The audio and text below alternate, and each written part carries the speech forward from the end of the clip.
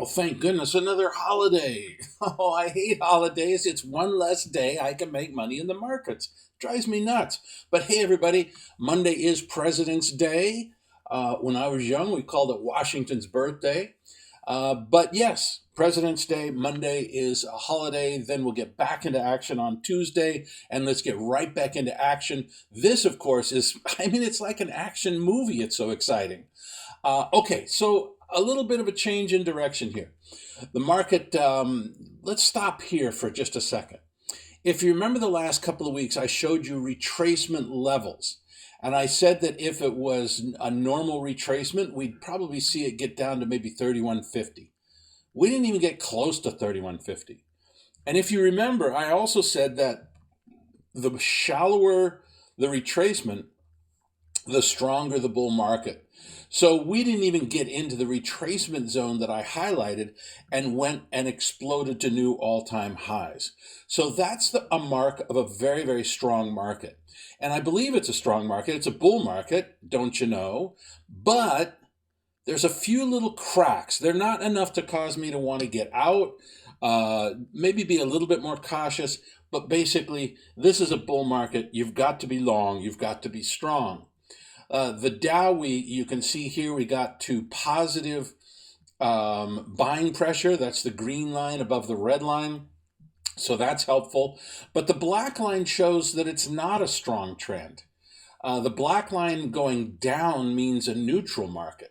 So we made new highs, but they're saying just not enough to really say that it's a bull market. This is what I mean by there's some things that are just not quite right with this bull market. Not quite right. Still got to be long because the bull market is there. We're making higher highs and higher lows. So you got to be long. But of course, with me, I'm always nervous. What can I say? Now, the NASDAQ just took off. It's leading the way to the upside. But I don't have a chart here to show you. But the power in the NASDAQ is all in the top 10 stocks. You know, it's Apple and Facebook and Google and Tesla. No, I mean, it's basically very few big cap NASDAQ stocks are doing great. The average NASDAQ stock is not making a higher high. Only the index, which is dominated by just a few names, is making a higher high. That's what I mean by it's a bull market, but there's some little cracks. And we're not seeing the breadth that we'd like to see, the breadth, the number of stocks making higher highs. We're not seeing that. Our seasonality indicator, which is the Russell 2000, these are small cap stocks, did not make a new all-time high. The three big cap indexes that I just showed you, the S&P, the Dow, and the NASDAQ, they all made higher highs. But this is small stocks. They didn't make a higher high. So once again, a crack in the bull market, but it's still a bull market. Our seasonality tells us we're basically going to be sideways until June. So this is not going to be a big player. But now let me tell you something how to look at this. According to the seasonality, we should really not be going anywhere. But we broke to new highs. Well, that means we're probably at the high end of the range. And in order to fulfill the seasonality, we now have to go down so that the market ends up going sideways. I hope I described that correctly. If we're at the high, we now have to go to the low in order to get a neutral market, which is what seasonality is telling us. So to get into a trading range, we now have to go down for a while, then we go up for a while, then down for a while, etc., etc. Well, we've just gone up for a while, which means the next move has got to be down for a while. And I'm not talking about a bear market. I'm not talking about correction. I'm just saying a jiggle to the downside, then a jiggle to the upside, then a jiggle. So zigzag, zigzag, but net sideways. So once again, kind of a chink in the armor here, just a little bit of a crack in the wall of what we're doing. This would suggest we probably need to see a 2% drop. You know, no big deal, but have one there. We're hovering at a negative yield curve. I consider this to be very significant. So we're still on track for our prediction of a major financial crisis. Timing is always a problem. It could be anywhere from 9 months to 18 months. We could start that count in March of last year as the first time we went below We went to a negative yield curve, but definitely we have to be looking at the May drop below as definitive. If we use March, that means that we've already passed the beginning part. In other words, the 9 months, that would have been at the end. That would have been at the beginning of January, and 18 months would bring us around June. That's not smelling quite right. Looking at some of the other indicators, but if we move it out to May, or let's say June, for example, 9 months after June would be March, so we're almost there. 18 months would get us to September. Let's go back up to this chart. September is, at that point, we're going to have an idea of who the president's going to be. Now, the green line says that, well, that's bullish because certainty is always bullish for the market. The market likes certainty, even bad news, as long as it's certain. But remember that the first year of a presidential cycle is a bear market, usually a bear market. So this may get extended out to after November, when the new government, whoever it is, if it's Trump or a Democrat, comes in. They usually put in all the bad news in the first year of their term. Try to get tighten monetary policy, definitely tighten fiscal policy. If they want to raise taxes, they raise taxes in the first term. They get all the bad news out in that year, and then that gives them 3 years to only get good news to help get reelected. Now, Trump can't get reelected, but you know what I'm saying. All the other people in government, because the Senate and the Congress have the same axe to grind. So, and then of course Trump will want to leave a good economy for whoever the Republican is. So the presidential cycle still works out. So when we look at the timing here, it could be late this year, early next year, but I'm starting to think in terms of the actual presidential cycle and how it impacts here, which might drag this signal out just a little bit. But we need to be aware and we need to be concerned about it now that we're into March, because that's at the beginning period of when this projection works. All right, asset allocation. We're still getting a little bit more money out of the bond market coming into the stock market. But people, they're just not, even though the NASDAQ is leading, generally speaking, as I say, it's only a few of the NASDAQ stocks that are going up. Generally speaking, they're going more towards defensive stocks. Did not make new all-time highs on the global shares, so we want to stay away from there.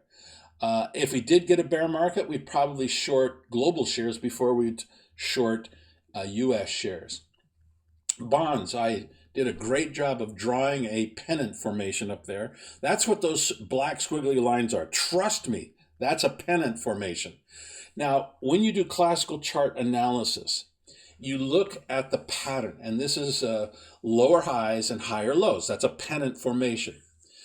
But it's not a pennant formation until you do volume confirmation. So when you look down at the bottom, you can see that volume is declining as we go through the pattern. That means it's a legitimate pennant formation. Pennant formations are broken in the direction of the previous move. The previous move was a bullish move from basically January to the end of January. And so look for bonds to break out to the upside. All right. Now, I'm not getting long bonds right now, but I'm going to get long bonds very soon. We may send out an alert on Tuesday or Wednesday if we get the breakout here on TLT.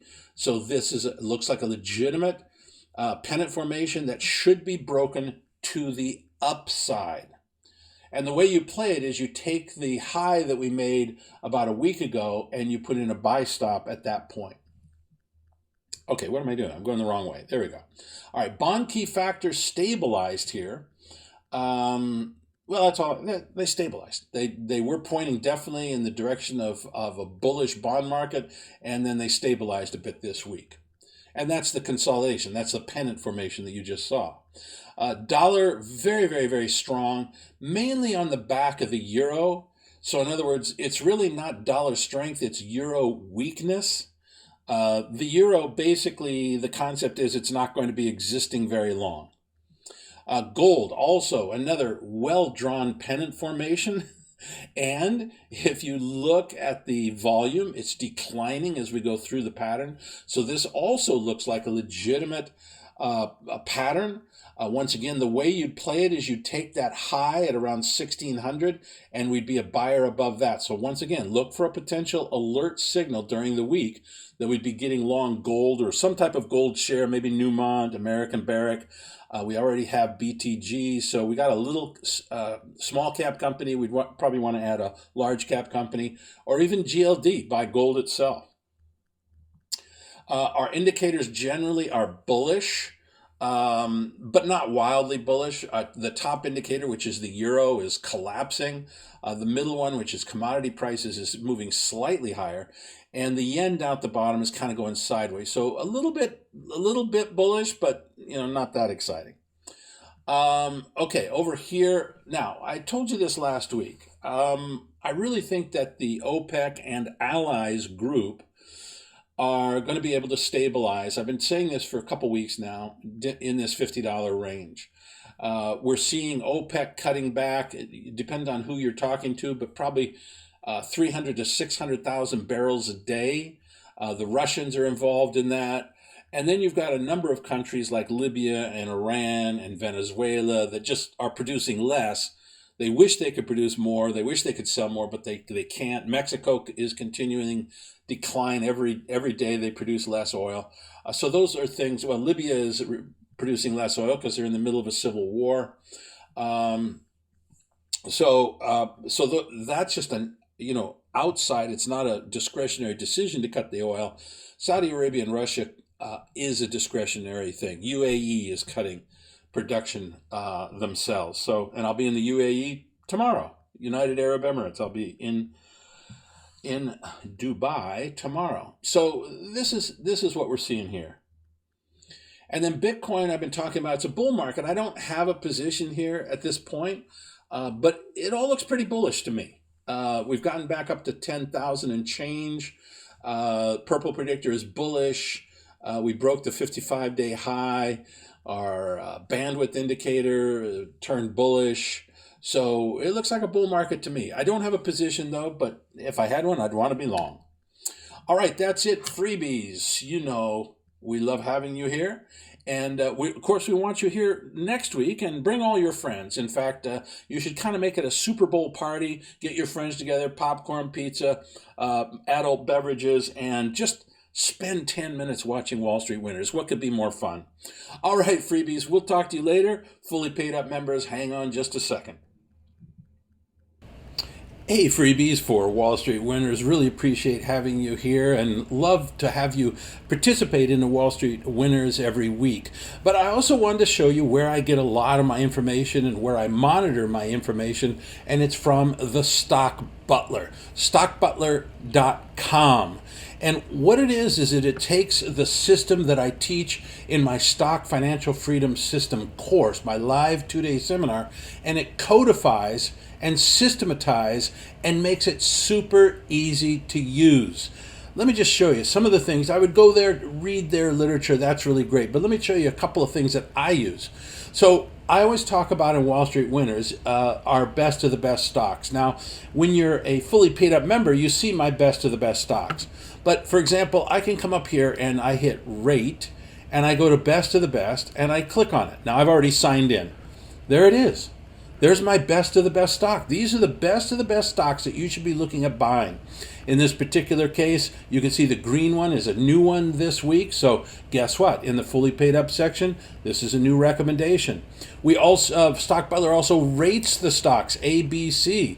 Here is a change. This one was changed in its rating. So it does some amazing things. It makes it super easy for you to trade, to monitor. It also has other techniques up here. Our hot hands, our pit bulls, seasonality, advanced stock list, many different ways in order to find great stocks and then to monitor them. So when you click on one of these stocks, it comes back and it tells you how the rating occurred. Here's the actual analysis that went in to rating this stock a B.